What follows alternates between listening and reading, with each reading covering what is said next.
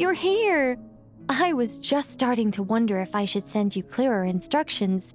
But then I thought, if I make my hints too obvious, it might get in the way of your travel plans. And then, just as I was pacing back and forth, agonizing over what I was going to do, you turned up here anyway. So, it looks like everything worked out fine.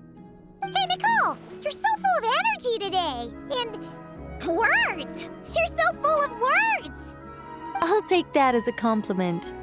All right then, are you ready to check out my next room? Is this Nicole's studio? Why is it just a bunch of empty frames on white walls? Let's take a closer look.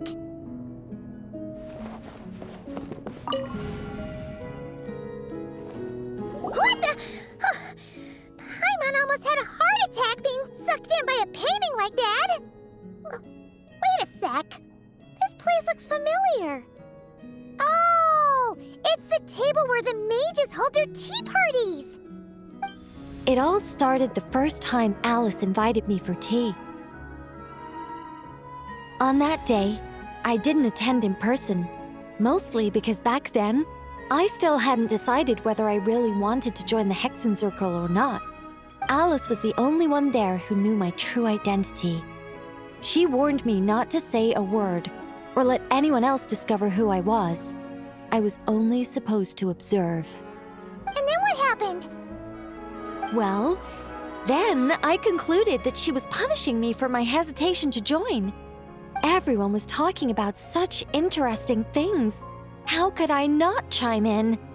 And of course, when you're in the middle of a conversation and someone throws out a question you know the answer to, how are you supposed to keep your mouth shut? Which brings us to the bet between Barbeloth and Alice, Rhindaughter's forbidden creations, Ivanovna's political machinations. It was like a series of exquisitely acted plays, distilled within the confines of a teacup. Their words alone were enough to ignite my instinct to lay the truth bare before them. So, you piped up inside their heads? Of course not.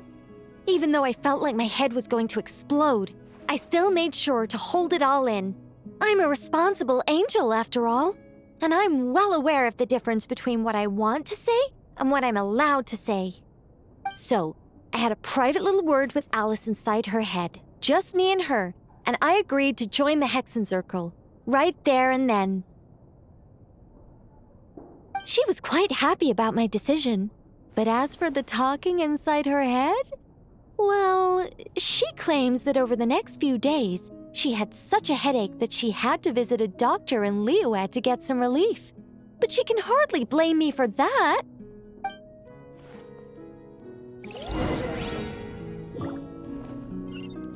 How about we go look at the other frames? Paimon's starting to feel like she needs some relief, too.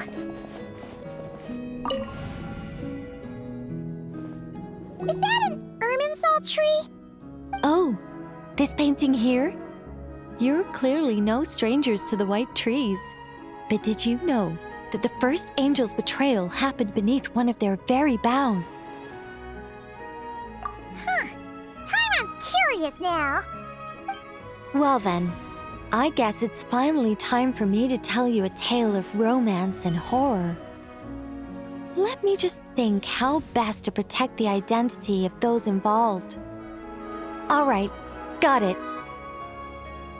A long, long time ago, there was once a traveler who wandered among the stars. They were nothing like you, but that's not important right now. One day, he traveled to a silver tree to visit the princess of the morning star. Before long, he started asking her about her kingdom's most forbidden secrets. His words puzzled the princess. How could he possibly know of all these things forbidden by the gods? The young man revealed his origins and showed the princess things she had never seen before: a free will and love, both noble and spiritual. His words awakened her sense of self, hitherto shackled by the gods. Her heart soared, carrying her beyond limits she had never crossed before. The Princess of the Morning Star confided the kingdom's secrets to the youth, and between them, love grew and blossomed, along with a determination to defy the gods. This is just a cookie-cutter love story. You said to be horror. Don't worry, Paimon. The horror's about to begin. They yearned to help the people live lives of unfettered freedom, but the gods could not forgive their betrayal. They sent down thunder and fury, destroying the lovers' home. And when the Great War subsided, the power and the wisdom of the princess were lost, never to return. Even her closest friends were cursed. Yeah. That ending was pretty scary after all. But didn't you say you were going to tell us about the first angel? And you're not saying this story's actually true, are you? It sure is. And that's the scariest part.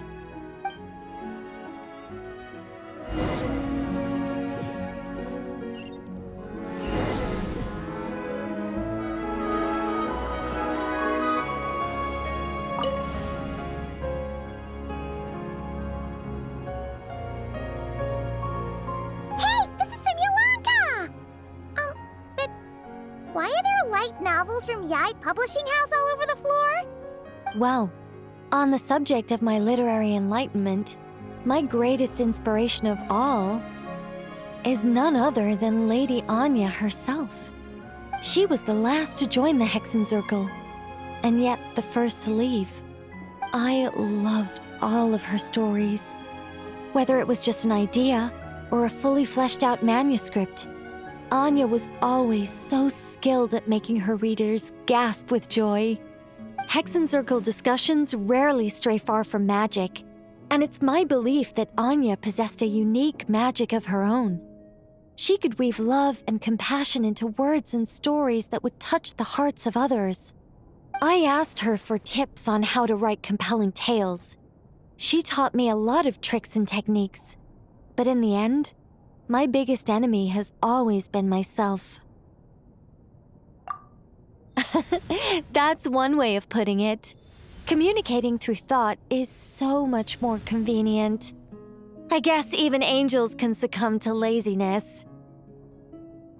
However, recently I've resolved to make an effort, even if it's just to spare myself reproaches from a certain old Seelie friend of mine. Oh! Does that mean we're finally gonna get to read something you've written? Who said anything about writing? I'm talking about buying popular works from the last few centuries to flip through in my spare time.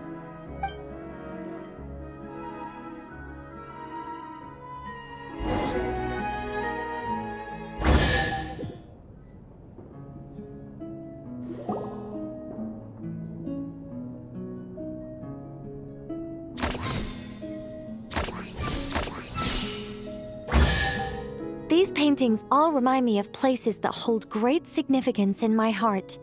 And now, the studio has been fully restored. All right, go ahead and claim our reward. What? Don't look at me like that. Of course this reward is ours. You're not going to leave this chest unopened, are you? I can't let you leave if you do. Besides, after telling you so many stories, don't I deserve a reward of my own?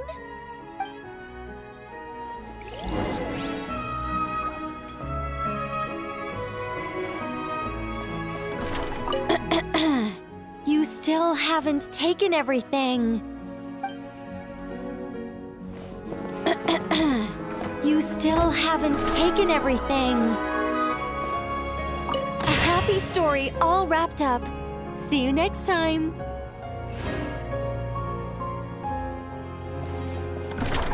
Come to think of it, this Mage's Lodge holds a special significance for me, too. A painting within a house within a painting, worlds within worlds. Fascinating, isn't it?